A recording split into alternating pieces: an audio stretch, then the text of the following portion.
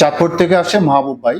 ওনার বয়স হচ্ছে 40। দীর্ঘদিন যাবৎ ভালো ছিলেন এবং কি হঠাৎ করে উনি স্ট্রোক করে ফেলেন। উনি স্ট্রোক করার কারণে হাত এবং পা গুলো অবশ হয়ে যায়, কোনো কাজ করতে পারে না, কোনো মুভমেন্ট করতে পারে না। আমরা ওকে ফিজিওথেরাপি দিয়েছি, পাশাপাশি ডাক্তার অর্থো ফেনিলিফয়েল দিয়ে ম্যাচ করে দিচ্ছি। আপনার স্ট্রোক করা হাত এবং কি পা যেগুলো অবশ হয়ে গেছে, অনেক চমৎকার একটা কাজ করবে ডাক্তার অর্থো ফেনিলিফয়েল দিয়ে। তো আমরা এখন ওকে ডাক্তার অর্থো ফেনিলিফয়েল দিয়ে ম্যাচ করে দিচ্ছি।